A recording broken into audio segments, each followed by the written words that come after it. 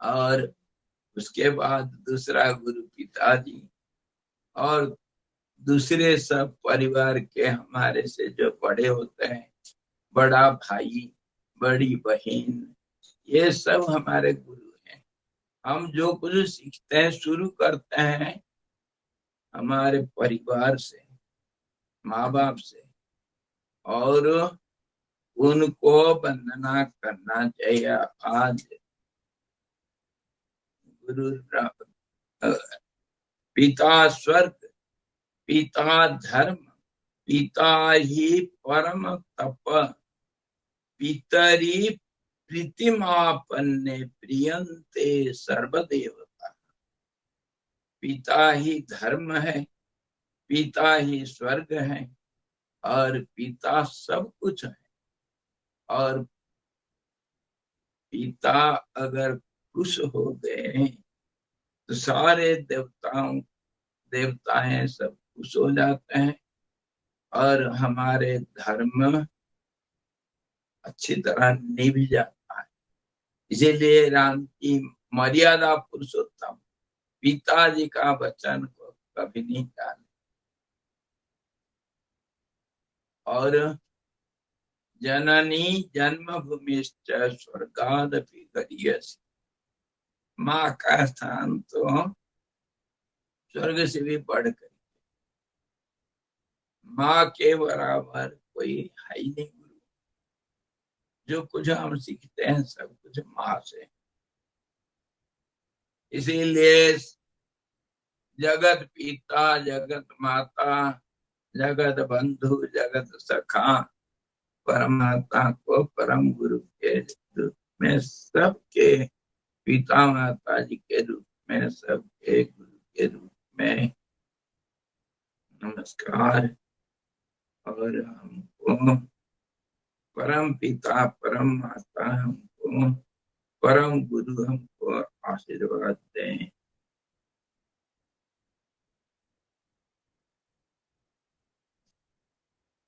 हरि ओम। श्री गणेशाय नमः।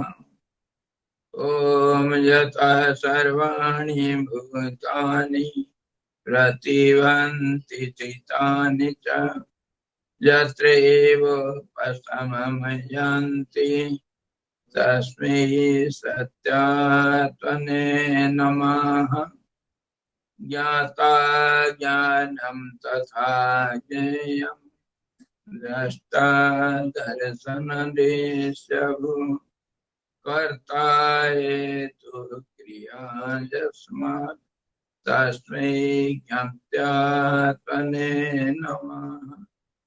स्फुरन्ते शिखरा यस्मात् आनन्दसम्भरे वनो, सर्वेषां जीवनं तस्मै ब्रह्मानन्दात्मने नमः। ब्रह्मानन्दात्मने नमः।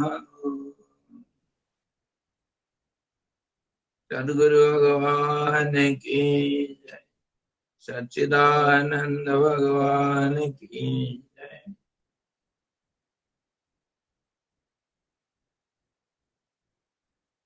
हरि ओम।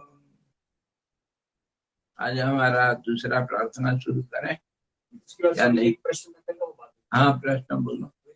हाँ, अभी जी पहला जब प्रश्न ये आया था कि जब 25 दिन के बाद आप ऋषिकेश आश्रम पहुंचे, हाँ, ऋषिकेश में हाँ, तो आपके घर से किस तरीके का कांटेक्ट था, किस तरीके से उन्होंने कांटेक्ट किया? अच्छा अच्छा। हाँ, स्वामी जी वंदना के बाद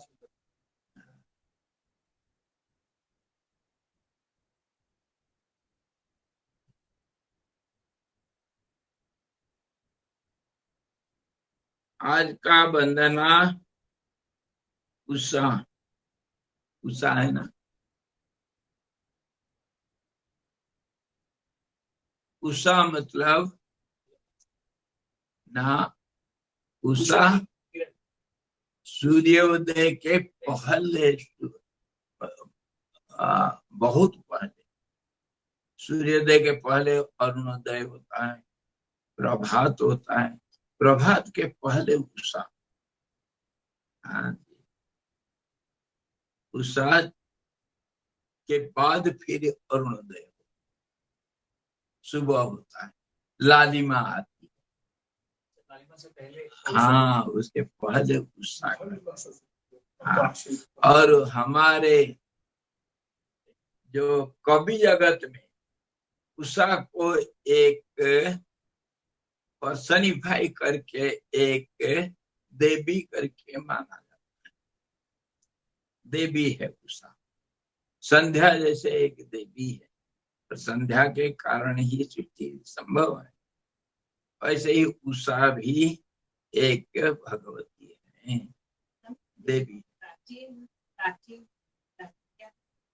प्राची, प्राची मतलब पूर्व, प्राची, प्रतीची, प्रतीची मतलब पश्चिम, उदीची और अदीची। प्राचीन बोलते प्राचीन, प्राचीन इसीलिए इसी से हुआ, बहुत पहले की बात, पूर्व की बात। पूर्व मतलब दिशा भी है, पूर्व मतलब पहले भी है, इसलिए प्राचीन ग्रंथ, हाँ, प्राचीन मंदिर इसीलिए कहा। अच्छा, उषा, उषा को एक देवी के रूप में माना गया, और दिन शुरू होते ही पहले उषा, इसीलिए पहले उषा का वंदना करना चाहिए। जैसे उठते ही हम धरती को नमस्कार करते हैं, सबसे बड़ी माँ है वो, दूसरी माँ तो धरती है, एक जन्मदाता, हमारे बहुत सारे माँ हैं। मैं कल परसों बच्चों को पूछ रहा था, तुम्हारे कितने बाप हैं?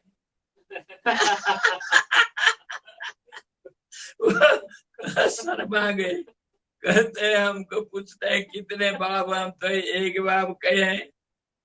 मैं उनको समझाया 5 पिता होते हैं, और माँ के तो संख्या बहुत है, सारे माँ होते हैं। कार्तिकेय जी का नाम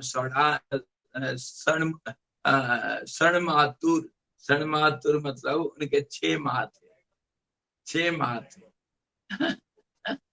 और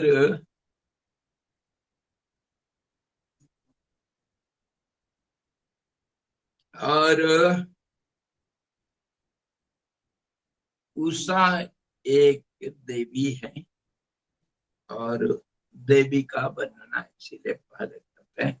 हाँ, पिता 5 पिता और माँ बहुत होते हैं। कैसे? 5 पिता कौन है? सबके माना गया, यह शास्त्र कहता है। जन्मदाता, वो तो पहला पिता, जन्म जो दिया, शरीर का कारण, जन्मदाता, और ज्येष्ठ भ्राता, जो बड़े भाई है वो अभी पिता के माफी गिना गए, गिनती में वो पिता के माफी गिने। ज्येष्ठ भ्राता और कन्यादाता, कन्या मतलब जो पुरुष के लिए कन्यादाता, स्त्री के लिए पतिदाता, मतलब सासू ससुर, ससुर, ससुर को पिता माना, वो दूसरा जिंदगी देता है, 2 मिलकर के एक होता है, इसीलिए उनको भी पिता माना गया। कन्यादाता 3 हो गए। चौथा भयस्त्राता, जो भय से बचा लेता है, भय से जो बचाता, मतलब जो प्राण का आतुर हुआ प्राण को भय से बचाता है। प्राण दूसरा जीवन मानो, दूसरा जीवन देता है। जंगल में अकेले तुम्हारे ऊपर शेर झपट पड़ा, मार रहा है, उस समय कोई व्याध आकर के शेर को मार डाला, तुमको बचा दिया, तो वो तुम्हारे पिता माना जाएगा, क्योंकि जीवन तो जा रहा था और दूसरे जीवन में जी। इसीलिए उसको भी भयस्त्राता, भय से जो तार देता है, उसको भी पिता माना। और ज्ञान दाता,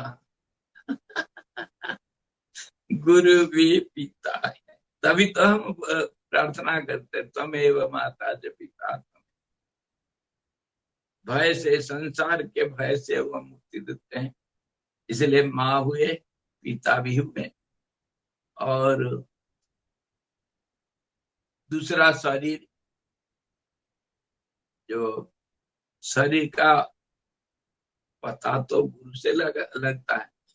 स्थूल शरीर जो है अन्नमय कोश वाला, उसको तो माँ बाप जन्म दिए जो हुए, लेकिन जो सूक्ष्म शरीर का, कारण शरीर का जो कोश दिलाते हैं, और मैं सूक्ष्म शरीर हूँ, मैं स्थूल शरीर नहीं हूँ, मैं कारण शरीर हूँ, मैं परमात्मा का प्रतिबिंब हूँ, और मेरा कोई आईडी, डिफरेंट आईडी है ही नहीं। ये सब ज्ञान कौन देता है? गुरु ही देता है। इसीलिए वो पिताजी है, पिताजी जन्मदाता।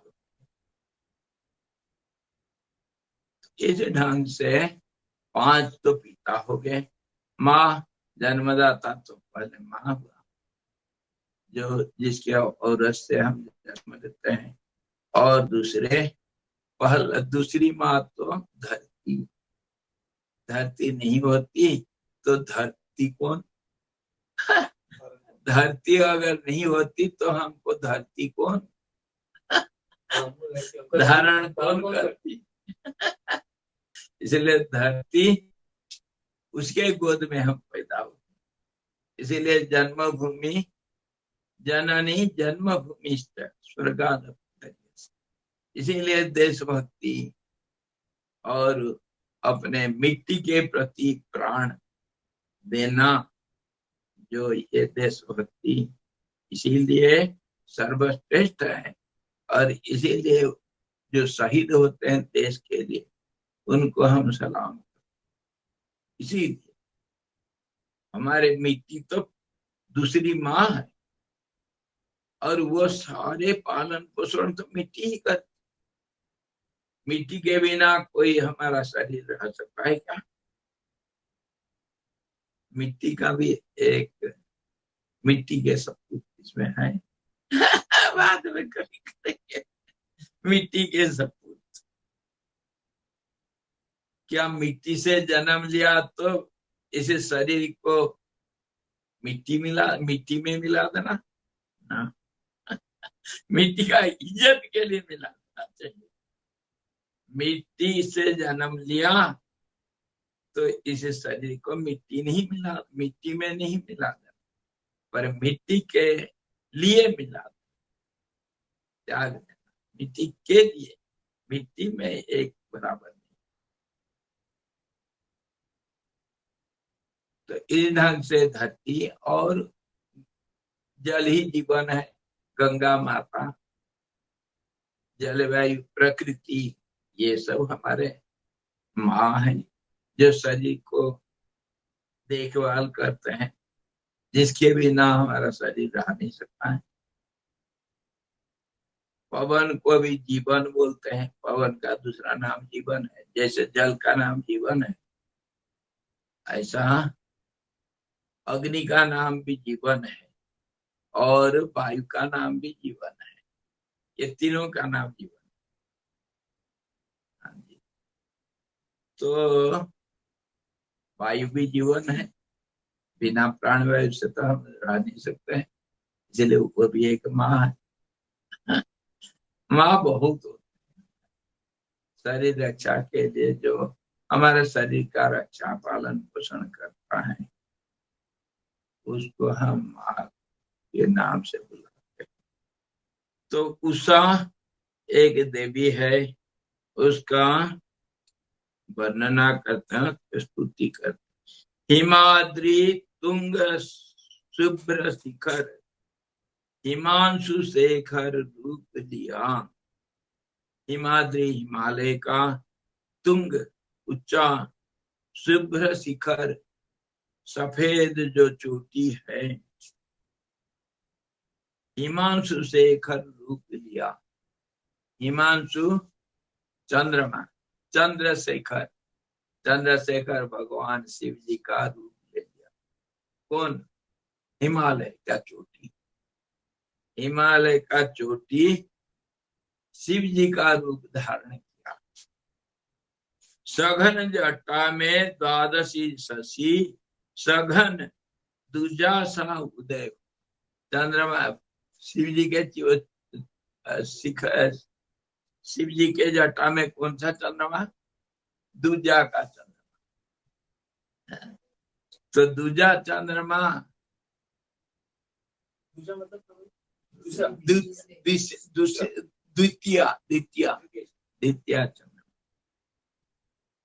सघन जटा में, घना जटा के ऊपर, जटा में द्वादशी शशि, कृष्ण पक्ष का जो द्वादशी शशि, द्वादशी का जो चंद्रमा कृष्ण पक्ष पूर्व दिशा में उदय होता है, तो शुक्ल पक्ष का दूसरे द्वितीय के चंद्रमा के भांति दिखता। कभी देखे ना, अभी आएगी, अभी कृष्ण पक्ष चल रहा है।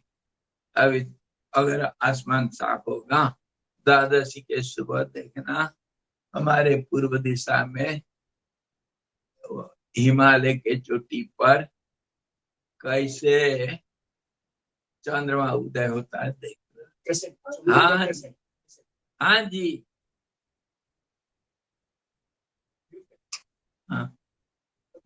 अच्छा, तो सघन जटा में चंद्रशेखर जी के जो जटा जो है उसके ऊपर, मतलब हिमालय को चंद्रशेखर का कल्पना किया, और उसमें द्वादशी कृष्ण पक्ष का द्वादशी का सुबह का जो चंद्रमा दिखा है, उदय हो रहा है, वो द्वितीय चंद्रमा के भांति दिखता है। वो सघन दुजासा, सघन, घन मतलब बादल, घन बादल को भी कहते हैं, और घन मतलब घना भी। सघन, घन के साथ, बादल के साथ दूजा के माफी उदय हुआ। चंद्रमा उदय हो रहा है हिमालय के शिखर। उमा अग्रजा मृदु गंभीर, मंद मंद सा गरज रही। उमा कौन? भगवान के, शंकर भगवान की पत्नी शक्ति उमा। उमा पार्वती को उमा नाम बोलते हैं। उमा अग्रजा, उमा पार्वती है, पर्वत के हिमालय की लड़की है। उसके अग्रजा कौन है? पहले कौन पैदा हुआ था हिमालय से? गंगा। गंगा पार्वती जी के बड़ी बहन। शिव जी दोनों बहन को पास में रखे।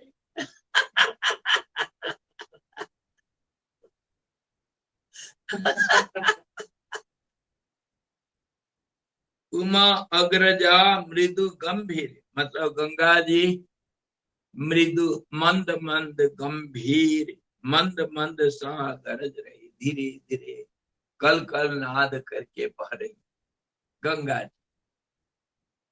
पूर्व दिशा में उषा नगरी, अपूर्व दृश्य सिरज रही। उषा नागरी, नागरी महिला, नागरी। पूर्व दिशा में उषा नागरी, उषा देवी जो है, अपूर्व दृश्य सिरज रही, बड़े विचित्र दृश्य को बना रही, सृजन कर रही, सिरज रही। पूर्व दिशा में उषा नगरी, अपूर्व दृश्य सिरज रही। गंग तरंग मुकुर मानी गई, मुख मनोरमा निहारती है। वो देवी है, उषा देवी है। वो अपूर्व दृश्य को बना रही है अभी, और अपने आप को संभाल रही है। अच्छा, वो जो उषा से हम लोग इसको लिंक करें, वो हाँ, वो श्रृंगार करके आ रही है। हाँ, पूर्व दिशा में उषा नागरी उषा ही अपूर्व दृश्य को सृष्टि कर रही है। हाँ, उषा का सौंदर्य बहुत बहुत मनोहर होता है। सुबह उठ जाएंगे, इसीलिए सुबह उठने का विधान है। सुबह उठेंगे तो मन अपने आप शांत और बहुत सुखद हो, बहुत शांत। तो पूर्व दिशा में उषा नगरी अपूर्व दृश्य सृज रही। गंग तरंग मुकुर मानी गई। गंगा का जो तरंगे हैं, गंगा जी के मुकुर, मुकुर मतलब दर्पण, दर्पण मान करके मुख मनोरमा निहारती है। सुबह उठ करके दर्पण देखते हैं ना, दर्पण में अपना मुंह को देखते हैं, तो उषा जो है वो गंगा जी का जल को दर्पण मान करके उसमें अपने मुंह को देख रहे। मुख मनोरमा, मुख का सौंदर्य को देख रही, मैं कितनी सुंदरी हूँ, निहारती है, देख रही। और कैसे देख रही है, मतलब वो जो धीरे धीरे पूर्व दिशा में जो प्रकाश आ रहा है, वो गंगा जी में छाया के रूप में दिख रहा है। पहाड़ के नीचे गंगा जी बह रही,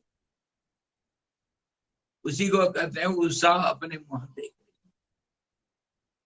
सीमंत सिंदूर सीमांत तज के नभ लालिमा विराजती। धीरे धीरे सीमंत, सीमंत किसको कहते हैं, महिलाओं के सिर में जो सिंदूर लगाते हैं, जहाँ मांग मांग मांग को सीमंत कहते हैं। सीमंत, हाँ, सीमंत में क्या लगाते हैं, सिंदूर लगाते हैं। वो उषा क्या देख रही गंगा जी में, सीमंत सिंदूर, सीमांत तज के, अपने सीमा को त्याग करके, सीमांत को तज के, अपने सीमा को त्याग करके नभ लालिमा विराजती है। आकाश में जो धीरे धीरे थोड़ा सा लाल दिखाई दे रही, वो आकाश को जो लालिमा, लाल रंग, वो क्या है, उषा समझती है कि मेरे सिंदूर कहीं बिखर गई है। उषा नागरी सीमांत, मुख गंग तरंग मुकुर मानी गई, मुख मनोरमा निहारती है। सीमांत सिंदूर सीमांत तज के नभ लालिमा विराज। पूर्व दिशा का जो सुंदर लालिमा है, वो उषा के ही सीमांत का जो सिंदूर था वो बिखर गया। नव किसले मधुर अधर का मंद हास विकास निराली। अपना रही दंत पंक्ति शोभा, अमल कमल कुल श्वेत कली। क्या हो रहा है, वो मुस्कुरा रही, मैं कितना सुंदर। नव किसले मधुर अधर का, नव किसले नए नए कोंपले, लाल लाल पत्ते, नव किसले, किसले कोंपलों को होता है, नए पत्तों। नव किसले मधुर अधर का, मुंह उनका लाल लाल है, नए नए पत्ते जैसे पेड़ों में लाल लाल पत्ते। मंदहास विकास निराली है, उसके मुस्कुराहट बड़ा सुंदर लग रहा है। हंसी का हास का जो विकास हो रहा है, धीरे धीरे मुस्कुरा रही है, तो ओठ दिख रहा है लाल लाल। अपना रही दंत पंक्ति शोभा, थोड़ा दांत दिख गया। वो दांत के कौन है उसका, उषा का दांत कौन है। अपना रही दंत पंक्ति का शोभा, दांत के जो पंक्तियां हैं वो शोभा कौन है। अमल कमल कुल श्वेत कली, पहाड़ के ऊपर वो जो बर्फान के नीचे बर्फ गल गया है और ब्रह्म कमल खिला हुआ है। ब्रह्म कमल कैसा होता है, सफेद होता है, सफेद होता है। और अमल मल रहित, कमल कुल, कमल के पंक्तियों का जो श्वेत कली, सफेद सफेद कलियां हैं, वो क्या है, वो उषा के दांते हैं, सब दांत दिख, उषा इतने सुंदरी है। तरुणी उषा की आरुणी आभा, तरुणी युवती, युवती जो उषा है उसकी आरुणी आभा, उसका रंग कैसे है, अरुण का रंग जैसे है, लाल लाल। तरुणी उषा की आरुणी आभा, जो चमक है उसका लाल लाल चमक है। बारुणी विह्वल सा लग रही है, ऐसा लग रही है बारुणी से विह्वल हो रखा है। बारुणी मतलब दारू, बारुणी खास करके कहते हैं जो देवता लोग जिसको पीते हैं, जो सोमरस, जो हमारे समुद्र मंथन से निकला था, वो मद्य को बारुणी बोलते हैं। और उसको पीने से क्या होगा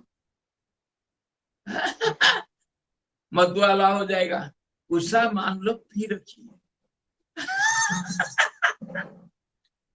बारुणी विह्वल सा लग रही है, लाल लाल वो दिख रहा है ना, इसलिए ऐसा लग रहा है बारुणी पी करके बड़े मतवाला हो रही। मिलन माधुरी सखा अरुण की, सालाज विजन में जाग रही। और वो मतवाला तो हो रखी है, और उसका सखा कौन है, अरुण है उसका सखा, उसका बॉयफ्रेंड। उषा का बॉयफ्रेंड कौन है, अरुण। अरुण उदय होगा, उषा के बाद अरुण उदय होगा। तो मिलन माधुरी सखा अरुण की, हाँ अरुण आएगा तो मिलेंगे दोनों, सज तज करके पी करके मतवाला हो रखी है, मेरा आएगा दोस्त। सलज बीजन में जाग रही, एकांत में, बीजन जन रहित, विगत जन, बीजन कहते हैं एकांत। एकांत में लज्जा के साथ थोड़ा थोड़ा शर्मा रही है। सलज लज्जा के साथ मिलने के लिए, क्योंकि बॉयफ्रेंड से मिलते वक्त थोड़ा तो शर्माता है लड़की।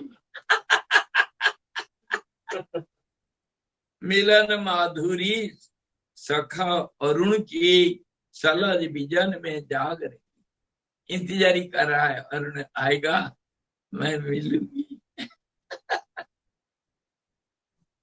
और इस समय कैसा क्या हो रहा है, मठ मंदिर में ढोल मृदंग शंख घंटियां बाज रही।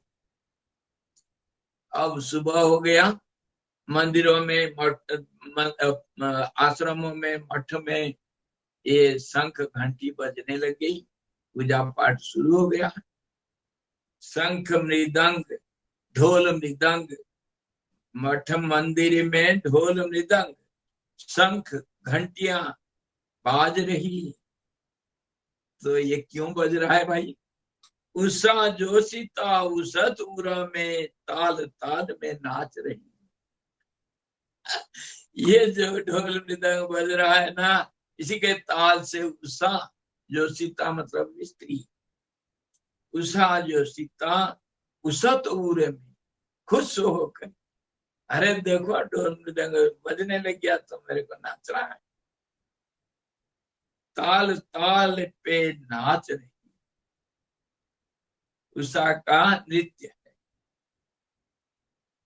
जटिल कबरी झटक गई, उसका जो कबरी, ये जो बेणी कहते हैं ना, चोटी, लड़कियों का चोटी, उसको कहते हैं कबरी, और बेणी भी कहते हैं। हाँ, बेणी भी कहते हैं, कबरी भी कहते हैं। जटिल कबरी, जटिल, जटिल मतलब वो गुत्थे रहते हैं ना, जटिल होता है। वो क्या हुआ, वो तो नाच रही थी, बिखर गई, झटक गई, झटका लगा, वो बाल बिखर गया। जटिल कबरी झटक गई, अरे मल्ली तारका बिखर गई, मल्ली फूल का बांध रखी थी ना, मल्लियों का फूल, सफेद सफेद मल्ली होते, मल्ली फूल। हाँ, चमेली और चंपा फूल। नहीं, चंपा नहीं, छोटे छोटे गोल गोल सफेद फूल होते हैं, खूब खुशबूदार होता है। नगरेशु दिल्ली, मोगरा बोलते हैं, मोगरा, मोगरा का संस्कृत नाम मल्ली है। नगरेशु दिल्ली और पुष्पेशु मल्ली, फूलों में मल्ली है सबसे बड़ा, और नगरों में दिल्ली सबसे बड़ा। तो वो क्या हुआ, मल्ली फूल का माला वो जटा में बांध रखी थी उषा, वो तो बिखर गया, झटक गया, बिखर गया, बाल सब बिखर गए। तो जो मल्ली फूल थे ना, वो बिखर गए, तो वही तो सफेद सफेद थोड़े थोड़े तारा दिख रहे हैं पूर्व दिशा में, वही तो है।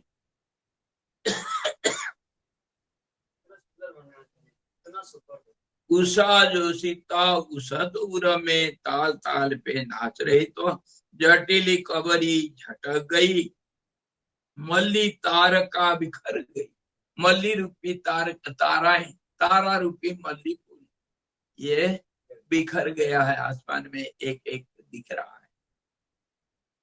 कल कंठ के कंठ बैठी अगहन गीत गा रही, कल कंठ मतलब कोयल, कल कंठ, उसको कल कंठ कहते हैं कोयल को।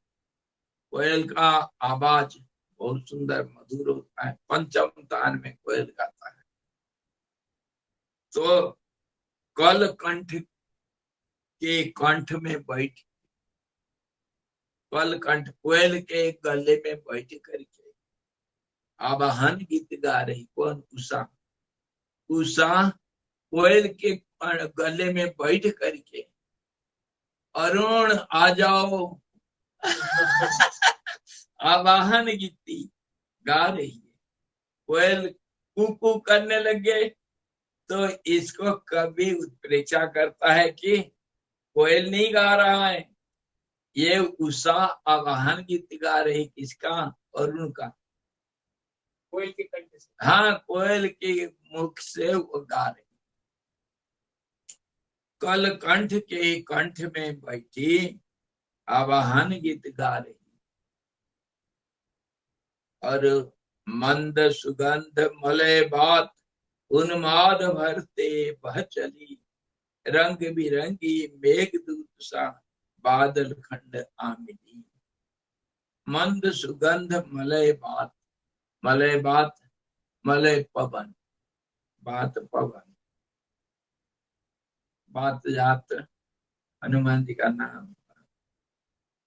मलय बात, ठंड ठंड मधुर, धीरे धीरे, मलय का पवन जो होता है वो बड़े धीरे से बड़े सुखद होता है। तो सुबह का जो धीरे धीरे जो हवा चलती, उसको मलय बात के साथ तुलना। सुगंध, मंद सुगंध भर करके फूल सब खिलने लगे, मल्ली सब खिलने लगे। तो उसका जो सुगंध को ठंड ठंड और मंद मंद पवन बह रहा है, सुगंध भरा। और ये क्या कर रहा है? उन्माद भरते बहते, सबके अंदर उन्माद भर रहा है, खुशी भर, खुशी। खाली ऐसा कुछ को उन्माद नहीं करते, खुशी से नाचना, नाचना उसको कहते हैं उन्माद। सबके अंदर आनंद को भर दिया। रंग बिरंगी मेघदूत सा बादल खंड आमी, और पूर्व आकाश में रंग बिरंगी लाल पीले बादल सब टुकड़े टुकड़े दिखाई दिए। हवा बहुत चली तो बादल के टुकड़े दिखाई दिए। वो कैसे रंग बिरंगी? वो कैसे था? मेघदूत जैसे है। मेघदूत अभी हमारे कौन, कालिदास, कालिदास का मेघदूत है ना। मेघदूत किसका? हाँ, कालिदास। कालिदास का मेघदूत, मेघ को दूत बनाकर अरुण भेज दिया है। अरुण को इंतजारी कर रहे थे ना, उषा आ गया। हाँ, अरुण आया नहीं। अरुण वो बादल को दूत बना करके भेजा। टुकड़े टुकड़े बादल दिख रहे हैं, लाल बिरंगी। तो मेघदूत सा, मेघदूत जैसे रंग बिरंगी बादल खंड आने लगे। पूर्व दिशा में छोटे छोटे टुकड़े सब रंग बिरंगे बादल दिखने लगे। ऐसा लगता है मेघदूत, मेघों को दूत बना कर अरुण भेजा। क्या? मौन भाषा में उषा नागरी को मरम बातें कुछ बोल गई। वो मेघदूत जो आए थे, धीरे धीरे चल रहे हैं, तो नहीं, वो बोल गई मौन भाषा में। वो क्या बोली उषा को? हाँ, मौन भाषा में उषा नागरी को मरम बातें कुछ बोल गई। कुछ रहस्य थी जो सबके सामने नहीं दिया जाता है। अरुण कुछ खबर भेजा। क्या भेजा? कल मिलेंगे सखी सहेली, जग गया जग भोर भई। आज नहीं मिल पाएंगे, कल मिलेंगे। रोजाना यही हालत होता है, कल मिलेंगे। उषा और अरुण तो मिल नहीं पाएंगे। तो वो यही बात बोल गया बादल, दूत बन करके मौन भाषा में बोल गया, कल मिलेंगे सखी सहेली, जग गया जग। अभी तो सब जग गए हैं, अभी कैसे मिलेंगे? एकांत में मिलना चाहिए। अभी जग गया जग भोर भई, सुबह हो गया, अभी सब जग गए हैं, आज नहीं मिल पाएंगे, कल मिलेंगे। उषा की यह मोहक नृत्य, ये तो वर्णना हो गया उषा का, कवि का वर्णना। अब क्या कर रहे हैं? उषा की यह मोहक नृत्य। उषा नाच रही पूर्व दिशा में, तो ये इसको जो मनोहर नृत्य है, ये जो नाच रही, बड़े मोह का है, मोह में डाल देने वाली। भर रही मंगल जग में, सारे संसार में मंगल भर रहा है। मंगल का समय है, मंगलमय समय। जीवन धारा की उच्छंग तरंग बढ़ा रही उमंग हर उरम। ये जो उषा नाच रही, इससे क्या हो रहा है? सबके मन में उमंग भर गया, सब मोहित हो करके जाग गए हैं, मोहित हो रहे हैं उषा का सौंदर्य से। जीवन धारा की उच्छंग तरंग बढ़ा रही उमंग हर उर में, हर दिल में, उर दिल में उमंग बढ़ा रहा है। ओ उठो उठो कुछ करेंगे, उमंग उत्साह। जीवन धारा की उच्छंग तरंग। जीवन एक नदी का व्यापी प्रवाह है, जीवन का प्रवाह, उसमें जो तरंगे हैं उसमें उमंग भरवा। उठो उठो, सुबह हो गया, करना है। लगा बहने प्राण समीरण, अंबु अवनी अंबर। सबके मन में, सबके जीवन में प्राण भर गया, मतलब प्राण एक्टिवेट होने लग गया, सब चेष्टा भर दिया, सब उठ गए हैं, कुछ काम दाम में लग गए हैं। लगा बहने प्राण समीरण, हवा जब चली, अंबु अबनी अंबर में, आकाश में, जल में, अंबु अबनी, अबनी धरती में, अंबर आकाश में, सब जगह पर प्राण सजग हो गया, सब जगह। चिड़िया उठ गए, आकाश में उड़ रहे हैं, और धरती के ऊपर मनुष्य, पशु पक्षी, पशु सब जाके जल में भी जागरण आ गया। और लता पाद पर्वत में, बिनु पद द्विपद चतुष्पद में। लता पाद मतलब वृक्ष, पाद से जो पीता है, इसलिए पाद। और पर्वत में बिनु पद, पत्थर मिट्टी जो चल नहीं सकते हैं। द्विपद चिड़िया, चतुष्पद द्विपद मनुष्य भी, चार पहिए वाला जानवर। लगा बहने प्राण समीरण, अंबु अबनी अंबर में, लता पाद पर्वत में, बिनु पद द्विपद चतुष्पद, सारे संसार जाग गए। प्राण चेष्टा चेष्टित, चिदानंद का आनंद रस आभूत संप्लव सरस किया। प्राण जब आ गया सबके अंदर, प्राण से प्राण चेष्टित हो गया, चेष्टा युक्त हो गया, और फिर चिदानंद का जो आनंद रस है, आभूत संप्लव सरस किया। भूत आभूत भूत पर्यंत, संप्लव जो जो संसार है, पंचीकरण जो संप्लव, आभूत संप्लव मतलब पूरा संसार, पंचीकृत प्रपंच, उसको आभूत संप्लव कर सरस किया, सब जागृत हो गए। एक रस जागृत हुआ, स्वप्न सुसुप्ति विस्मृत किया। स्वप्न और सुसुप्ति तो चला गया, अब जागृत को जागरण किया। एक रस जागृत हुआ और स्वप्न सुसुप्ति विस्मृत किया, सब भूल गए। आकाश का प्रतिबिंब जल में उछल उछल कर बोल रहा। आकाश का प्रतिबिंब जल में दिखाई दे रहा है। कैसे दिख रहा है?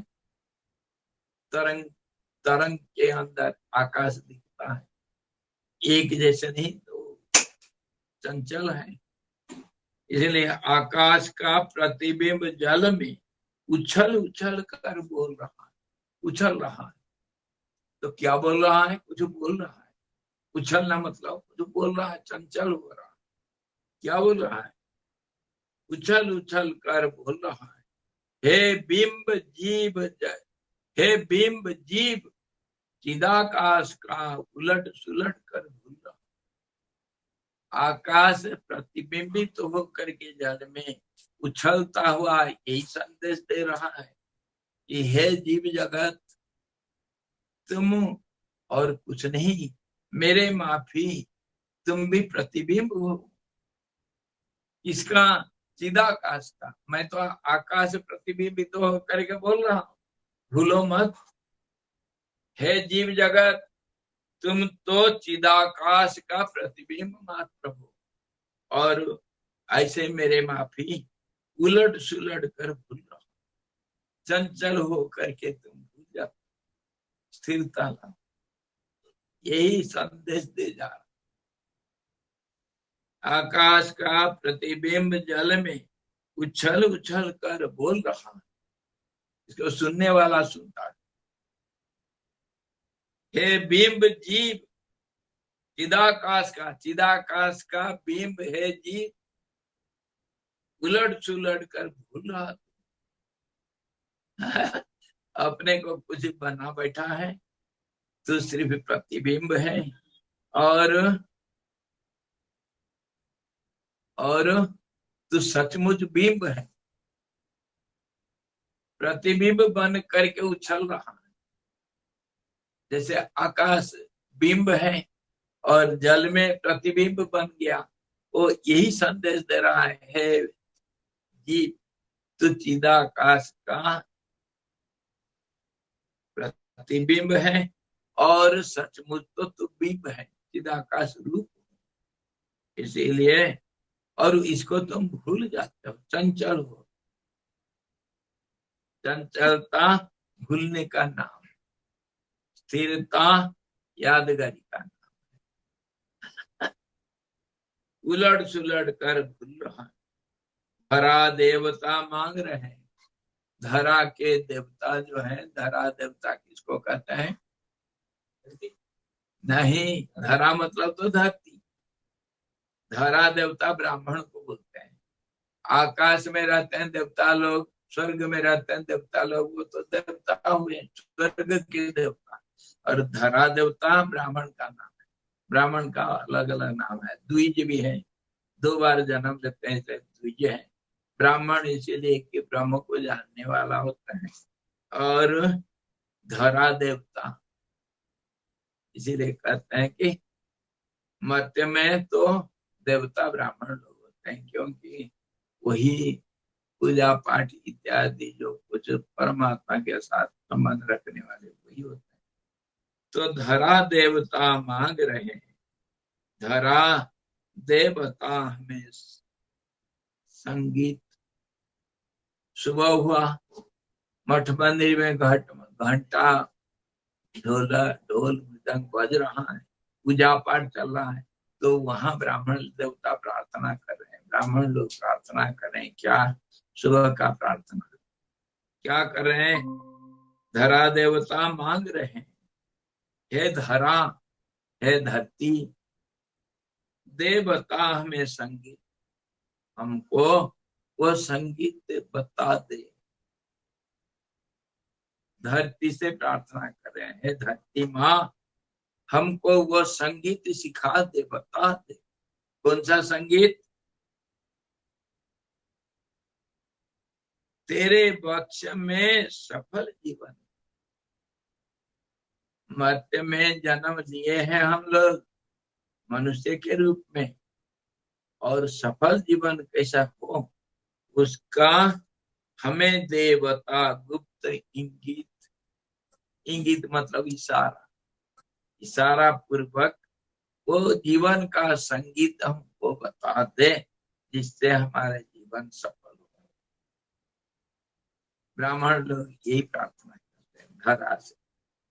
धरा देवता मांग रहे हैं, धरा देवता हमें संगीत, तेरे वक्ष में सफल जीवन का हमें देवता गुप्त इंगित, गुप्त रहस्य को समझा दे। हम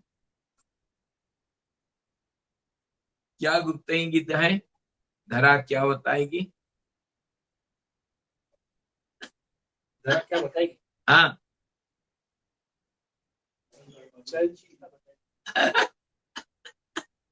अच्छा, ये बातें बताएंगे, वैसे लग जाएंगे तो फिर कहीं चले जाएंगे। धारा हमको क्या बताती है, धारा से हम क्या सीखते हैं? धीरज, सब चीज को धारण, तो बताती, क्षमा, क्षमा, धैर्य। इसके लिए क्षमा है उसका नाम, धरती का नाम क्षमा, क्या, धरा, धरती, धारा, धरा, वसुंधरा, वसु मतलब धन, धन को जो धारण करती वसुंधरा, वसुधा, बहुत सारे नाम है धरा का, पृथ्वी का। तेरे पक्ष में सफल जीवन का हमें देवता देंगे। क्षमावान बनो, धैर्यवान बनो, और सब चीज को सहन करो, क्षमाशील बनो, सहनशील बनो।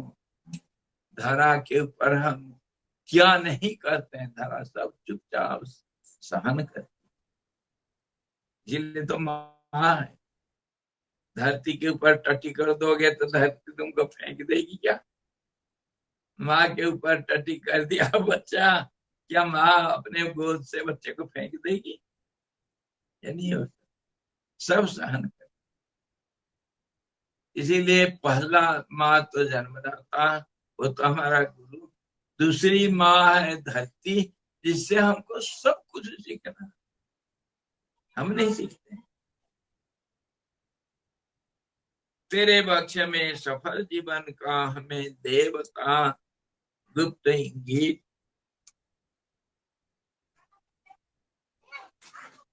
शुभ घड़ी में यह वर दो विभू, हे भगवान हमको ये शुभ समय में, मंगलमय समय में हमको ये वर दान करो। भगवान से प्रार्थना करते, धरा से तब प्रार्थना किए, और दूसरा भगवान से प्रार्थना क्या कर रहे हैं? शुभ घड़ी में यह वर दो विभू, निखिल भुवन हो सुखी निरामय, सर्वे भवन्तु सुखिनः सर्वे सन्तु निरामया। शुभ घड़ी में यह वर दो विभू, निखिल भुवन हो सुखी निरामय, सारे संसार सुखी हो जावे और रोग रहित हो जावे।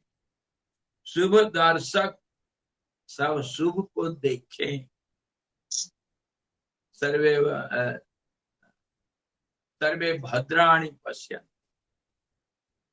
शुभ दर्शक, शुभ चिंतक हो सब, दूर दूर हो दुख दुर्भय, दुख और दुर्भय जो है वो दूर चले जावे, सारे संसार के सब जीव सब सुखी हो जावे। ब्राह्मण लोग यही वर मांग रहे हैं भगवान से, और धरती से ही वर मांग रहे हैं कि तुम्हारे पक्ष में, तुम्हारे ऊपर हम जो जीवन यापन कर रहे हैं सुखी जीवन हो। इसका रहस्य बता। असत्य उमा का अंत पर ही सत्य प्रभात का उदय हो, तम मिटे प्रकाश आवे, अमर उषा की विजय हो।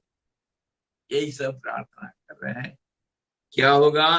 असत्य अम्मा, अंधकार, अम्मा मतलब अंधकार, वो असत्य का नाम है।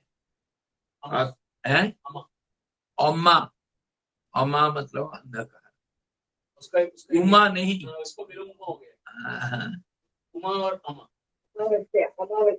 अमावस्या होता है, अमावस्या, अम्मा, अम्मा मतलब अंधकार, रात। हरिओम संजय। असत्य अमा का अंत पर ही वो अमा अंधकार अंत हो जावे,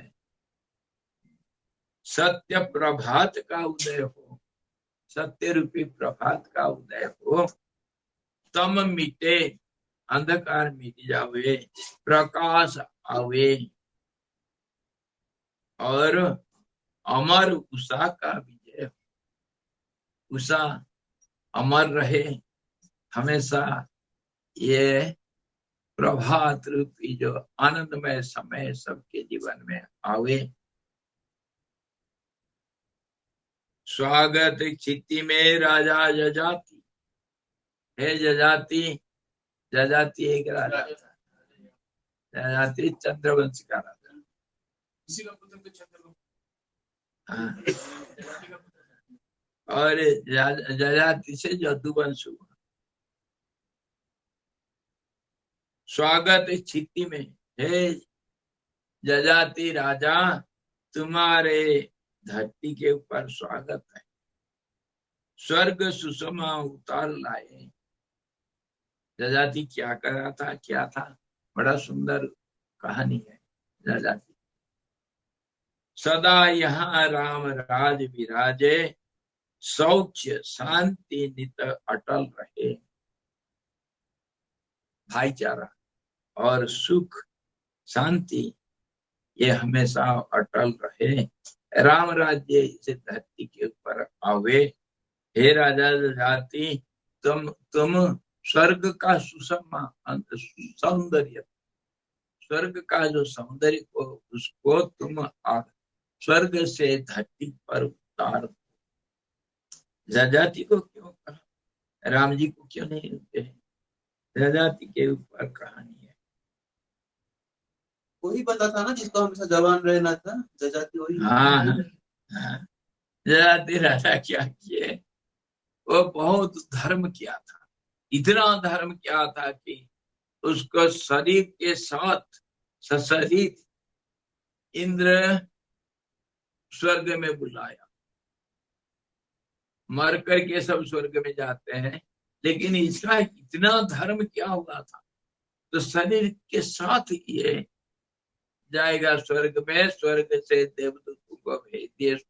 इंद्र कहे जा करके जजाति को बोलो, मैं निमंत्रण दे रहा हूं, तुम स्वर्ग में शरीर के साथ इस रथ में आओ। अच्छा, जजाति के पास देवदूत आकर के पहुंचे और इंद्र का समाचार दिए। तो जजाति पूछता है, देवदूतों, स्वर्ग में क्या चीज है, क्यों बुला रहे हो मेरे को, ना बाहर सुख है। अच्छा, तो जजाति बड़ा चतुराई से पूछा, क्या उधर सुख ही सुख है? जहां सुख होता है वहां दुख भी तो होता है। तो अपार सुख कैसे, अनंत सुख कैसे होगा उधर?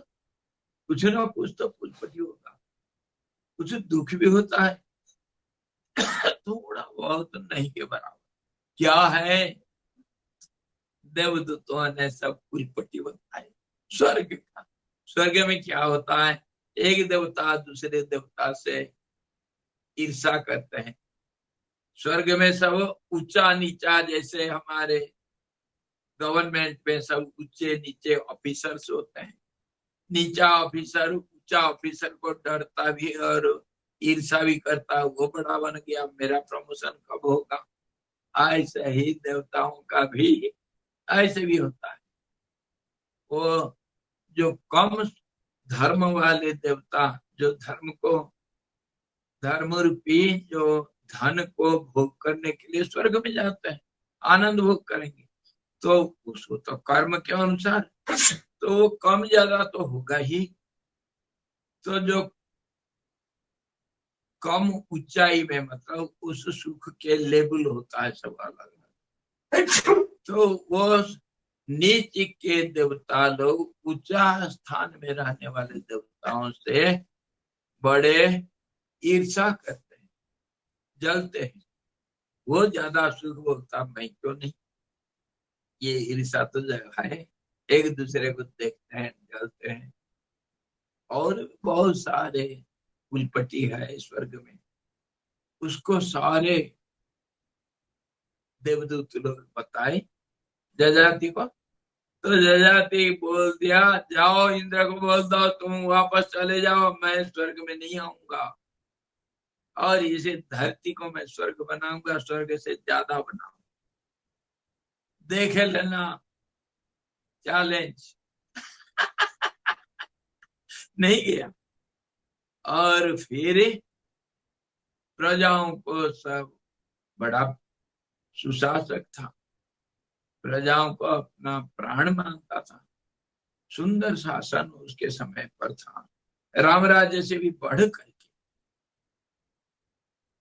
तो सारे प्रजाओं को बुला करके सबको यही बोला कि तुम इतनी धर्म कमाओ, कोई किसी से राग द्वेष अहंकार के साथ ये सब बर्ताव मत करना, और जितना हो सकता है प्यार, सेवा और यज्ञ, तप, दान, ये सब करते रहो, हम धरती को स्वर्ग में।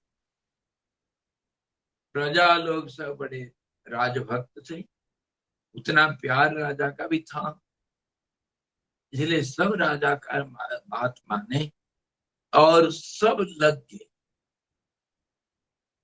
धरती के ऊपर जजाति के राज्य में राग द्वेष इत्यादि आसुर संपत्ति तो बिल्कुल लुप्त हो गई, बिल्कुल नहीं रहा, और अकाल मृत्यु, जरा, मरण सब मिट गया। जब पैदा हुआ वो अजर अमर, क्योंकि मृत्यु तो होता है पाप से, जब पाप है ही नहीं बिल्कुल तो मरेगा कैसे। इतनी धर्म कमाए, सारे धरती स्वर्ग से बढ़ गए।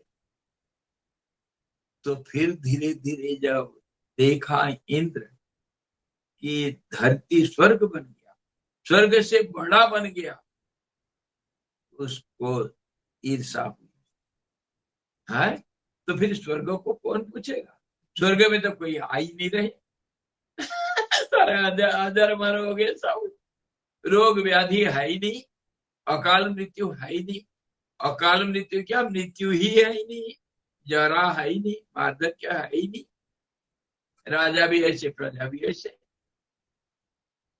वैकुंठ तो वो सरस्वती को बुलाया, कौन, इंद्र, बुला करके, जैसे राम जी के टाइम पर हुआ था, मथुरा के दिमाग में बैठ गई, कोई के दिमाग को मोड़ दिया सरस्वती माता। तो सरस्वती को बुला करके, देवताओं के हित के लिए तुम इतना करो, राजा जजाति का दिमाग खराब खराब कर दो, क्या क्या कर दो खराब। तो उसको सरस्वती आकर के बुद्धि को बिगाड़ दिए, सुमति के जगह पर कुमति आ गई, और धीरे धीरे धीरे धीरे फिर जजाति को वार्धक्य आ गया, जरा आ गया, मरण तो नहीं आया, वार्धक्य आ गया। हजारों युग तक राज्य राज्य किया, हजारों युग तक, और उसके बाद बुढ़ा हो गया, मर तो नहीं रहा, अभी भी धर्म है। तो वो अपना लड़का को बुला कर, 4 लड़के थे, और वो लड़कों को बुला करके, पहले बड़ा को, उसके बाद छोटा, तब एक एक बुला करके बोलता है, तुम्हारे यौवन मुझे दे दो, मेरे वार्धक्य तुम ले दो। उस समय ये सब हो सकता था, कलियुग में होता है सच्चे दिल से। हुमायूं को बाबर अपना उम्र दिया था, हुमायूं मर रहा था, और बाबर उसके चारों तरफ परिक्रमा करके उसका अपना उम्र को दान किया। बाबर तो रोगग्रस्त होकर के जल्दी मर गया, हुमायूं जीवित हो। ये होता है, दिल की बात है, ये इतिहास में है।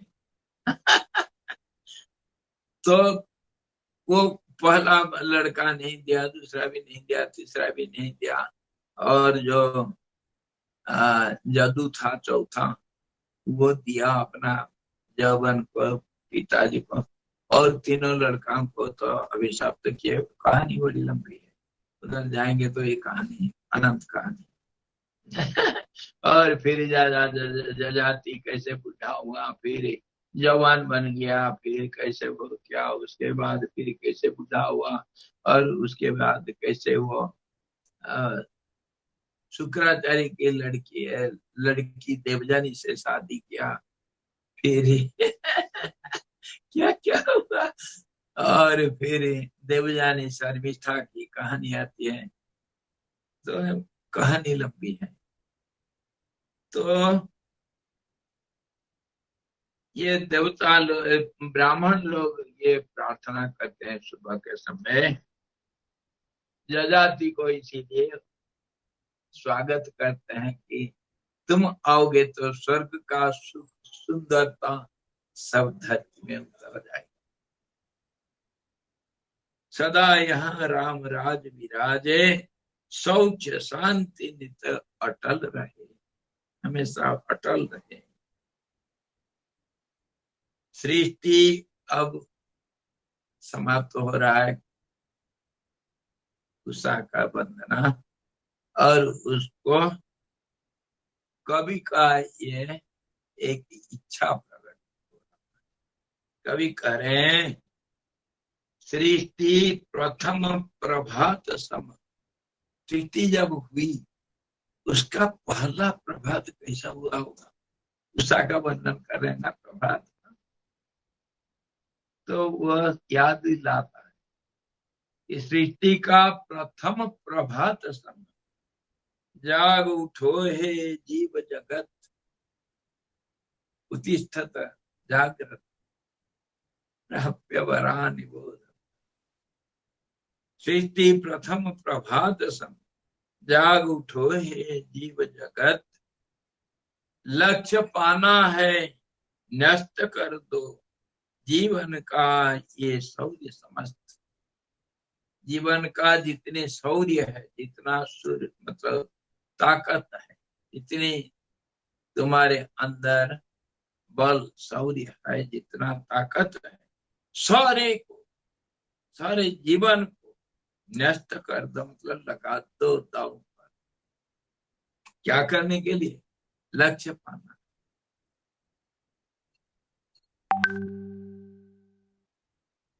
हरि ओम। जय उषा देवी की जय। आज तो बहुत ज्यादा हो गया। स्वामी जी का सवाल ले सवाल, हाँ ये जजाति वही ना जो कछुआ पकड़ा था, यही बंदा है ना? जो कछुआ को लाया था, कछुआ नहीं नहीं नहीं, वो इंद्रद्युम्न की कहानी। अच्छा, इंद्रद्युम्न दूसरा राजा। हाँ, क्या सवाल है? जब आप 25 दिन के बाद आश्रम में पहुंचे तो आपके घर वालों ने कैसे कांटेक्ट किया? मैं उसको ज्यादा नहीं बोला, इसीलिए कि मैं तो गुरुदेव के साथ बातें करता हूँ, अपना बात जहाँ गुरुदेव से संबंधित है, इसीलिए मैं कहा। और जो नहीं है संबंधित, उसको ज्यादा नहीं बोला, ओमिट कर दिया। फिर भी मेरा संबंध रहा, मतलब चिट्ठी उठी, सब जानते थे, चिट्ठी उठी। और 12 साल के बाद कभी मैं फिर जन्मभूमि में गया था। उसके बाद कभी 2-4 साल में, 7-8 साल में कभी कभी जाता हूँ, सारे उड़ीसा घूमता हूँ। तो उधर गुरु भाई लोग भी है, उड़ीसा में हमारे बहुत ब्रांच है, कोई काम है तो गुरु भाई लोग बहुत हैं, दोस्त लोग बहुत हैं, नाता रिश्ता नाता सब होता है। तो सब चाहते हैं थोड़ा मिलने के लिए, तो मिलने में हर्जा क्या। मैं पहले नहीं जा रहा था, इधर एक बहुत महात्मा थे उत्तरकाशी के, वो मुझे डांटे, कहे तुम जाने में अगर माँ बाप जो जन्मदाता हैं वो तुमको सुख से मतलब दया के साथ तुमको अनुमति दिए संन्यास लेने के लिए, सुखी हैं, तो वो चाहते हैं तुमको मिलने के लिए। क्या हो जाएगा, तुम तो दूसरे तुम्हारे साथी गुरु भाई लोग और किसी के घर में तो जा सकते हो, जाते हो, तो उनके घर में जाने से तुम्हारे क्या हानि हो जाएगा। जाना चाहिए, माँ बाप को कभी दुखी नहीं करना। तो मैं शुरू कर दिया था जाना, कभी 2-4 साल में, 10 साल में जाता। संपर्क रहा जैसे सबके साथ संपर्क है, ऐसे जन्मभूमि और जननी, ये तो शरीर जब तक है वो उसका नाता रहे, नाता तो रहे। नाता कैसा है वो अलग बात, पर नाता टूट नहीं सकता। अच्छा, आज मैं और एक कहानी बताऊंगा। आज कहानी बताऊंगा नहीं तो कल बताऊंगा, पर उसके उपोद्घात कहानी का साधक जीवन में क्या क्या होना, गुरु किस ढंग से शिष्य का जीवन को सुधार, ये तो हम बता रहे हैं गुरुदेव के साथ मेरा संबंध, और उसी के अनुसार तो मैं कहानी बता रहा हूं। तो हर साधक के जीवन में क्या क्या माइलस्टोन्स हैं और क्या क्या फर्लंग स्टोन्स हैं।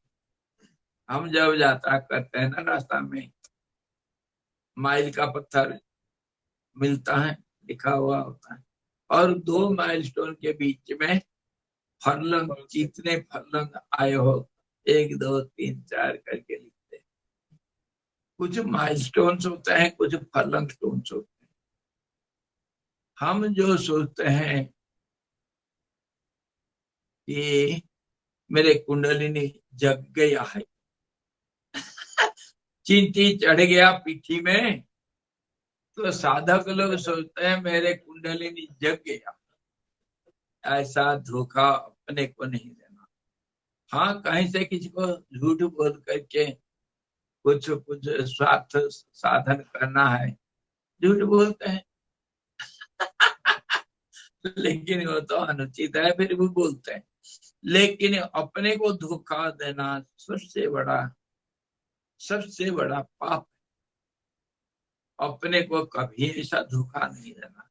कभी कुछ कान में सुन पड़ता है, मुझे तो अनाहत ध्वनि सुनने आ गया है, कहीं कोई पेड़ गिर पड़ा, अरे मेरे को अनाहत ध्वनि आया, ड्रम बज रहा, हाँ डमरू का ध्वनि सुना मैं कोई पत्थर गिर गया, मैं डमरू का ध्वनि सुना, शिव जी अब सुना दिए मेरे को डमरू। ये सब जो क्या कहते हैं इसको, धोखाबाजी, अपने को धोखा देना, ये कभी नहीं होना चाहिए। और सचमुच साधक को साधना के रास्ता में, जीवन में उन्नति हो रही, साधना का अग्रगति हो रहा है, ये कैसे समझेंगे, इसको पहले समझ जाना चाहिए कि मैं अध्यात्म मार्ग में आगे बढ़ रहा हूं, अपने को कैसे टटोल। दूसरे को तो हम बहुत देखते हैं और बहुत समालोचना करते हैं, वो देखो देखो वो ऐसा किया, वो ऐसा बोला, वो ऐसा है। दूसरों को देखने का आदत पहले छोड़ना। जो दूसरों को देखना छोड़ दिया है वो आधा साधना कर दिया। मान, दूसरों को देखना छोड़ दो, मतलब बाहर जगत से मन को अंतर्मुखी कर, तभी तो होगा। अंतर्मुखी मन ही आधा हो गया साधना।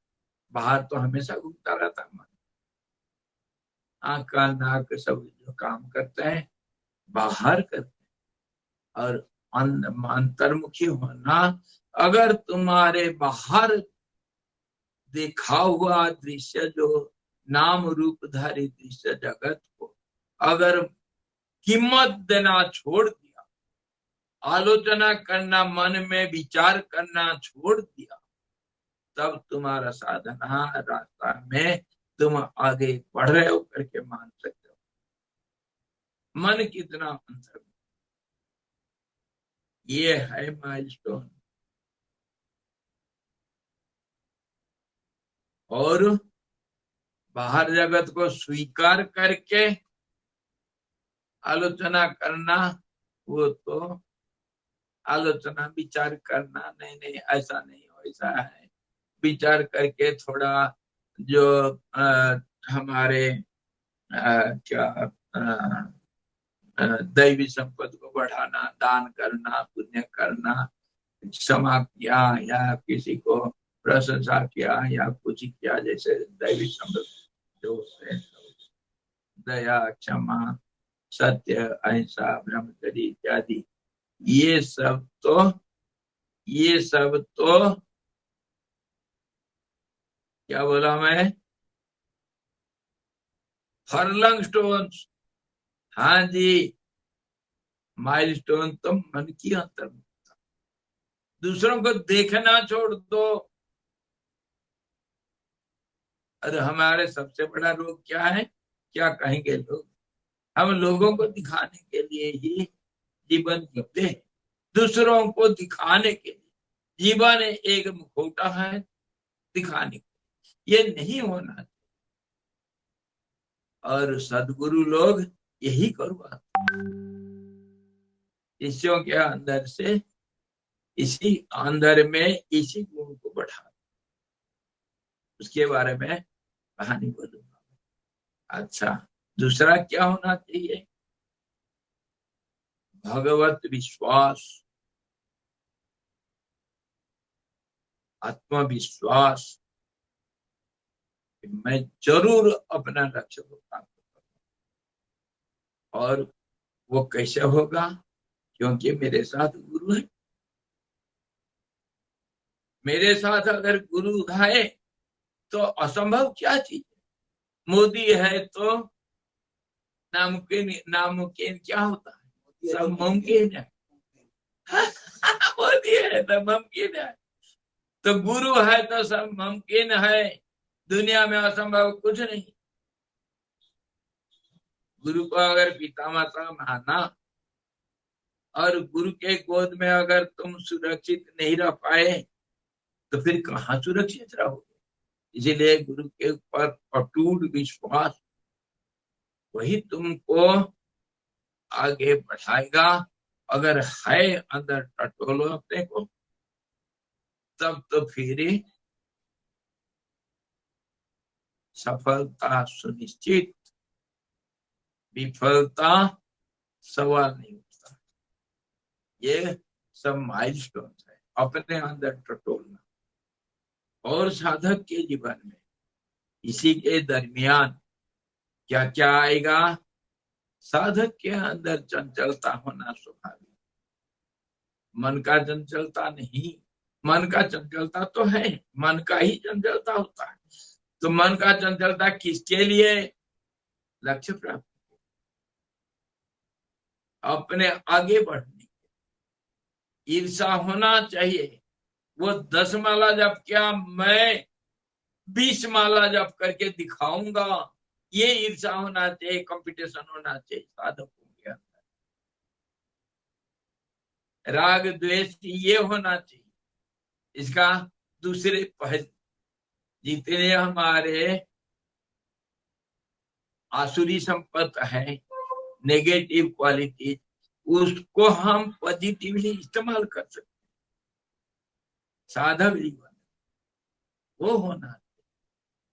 और इसी के दरमियान क्या होना होगा, मन की चंचलता और मन दुखी हो जाना नहीं हो रहा। और फ्रस्ट्रेशन को क्या कहते हैं, निराशा।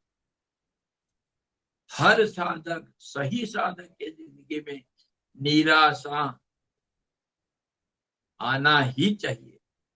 तड़फन, दुख, ये सब आए, किस ढंग से आए, किस ढंग से साधक के जीवन में ये हम देखना है, और इसको गुरु लोग उगाते हैं।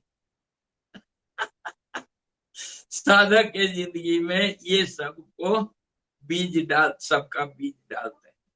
साधक अगर दुखी हो गया और अपने आत्मविश्वास होने के लिए लगभग, होएगा तो नहीं, लगभग हो रहा है और तड़प रहा है, दुखी हो रहा है, रो रहा है, तड़प रहा, सिर फोड़ रहा, निराश होकर के बैठ गया, क्या करूं? ये सब अच्छे माइलस्टोन्स है। ये कैसे है, इसको मैं कल बताऊंगा। जितना नेगेटिव क्वालिटीज है वो कैसे साधक के जीवन में पॉजिटिव दिखाई जाता है। जो नकारात्मक गुण है वो साकार कैसे हो जाता है, सकारात्मक कैसे होता है, साधक के जीवन में वो कैसे दिखाई देना चाहिए और उसका नतीजा क्या होता है। गुरु लोग क्यों इस बीज को बोते हैं शिष्यों के अंदर, इसका रहस्य कल कुछ एक कहानी आज तो इतने नहीं। हरि ओम। पूर्णमदः पूर्णमिदं पूर्णात् पूर्णमुदच्यते पूर्णस्य पूर्णमादाय पूर्णमेवावशिष्यते।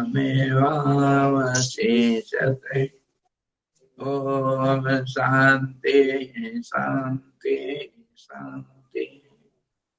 सद्गुरु भगवान की जय।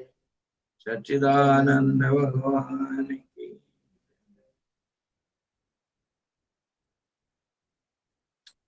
हरे